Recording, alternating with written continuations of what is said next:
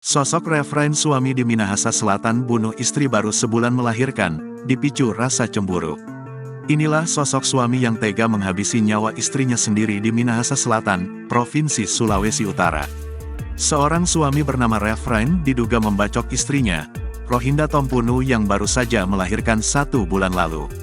Aksi mengerikan itu terjadi di Desa Temboan, Kecamatan Maesaan, Kabupaten Minahasa Selatan, Sulawesi Utara, Jumat, tanggal 3 Mei tahun 2024.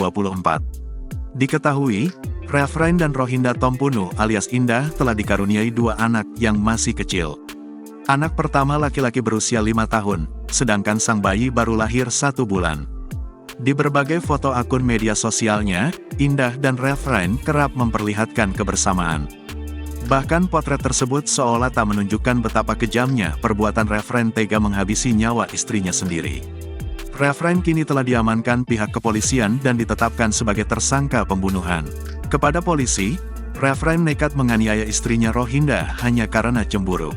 Tersangka saat diinterogasi mengungkapkan bahwa aksi penganiayaan ini dilakukannya karena rasa cemburu, curiga istrinya memiliki hubungan asmara dengan lelaki lain, jelas Kapolres AKBP Ferry Sitorus, Jumat, tanggal 3 Mei tahun 2024, dilansir dari tribunmanado.com.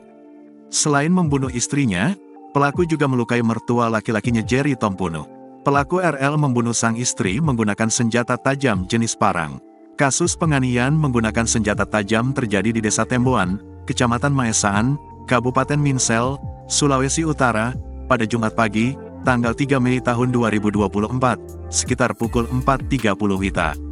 Kejadian penganiayaan ini dilakukan oleh seorang suami terhadap istri dan mertuanya sendiri. Akibatkan kejadian ini sang istri meninggal dunia, serta mertua mengalami luka berat. Kapolres Minsel AKBP Ferry R. Sitorus, SIKMH mengatakan keterangan awal diketahui aksi penganiayaan ini dilakukan oleh tersangka RL menggunakan sajam jenis parang.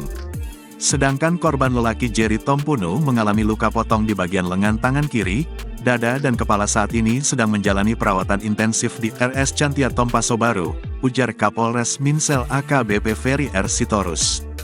Kata Kapolres, kasus penganiayaan ini langsung direspon cepat oleh pihak kepolisian dengan segera mengamankan tersangka bersama barang bukti.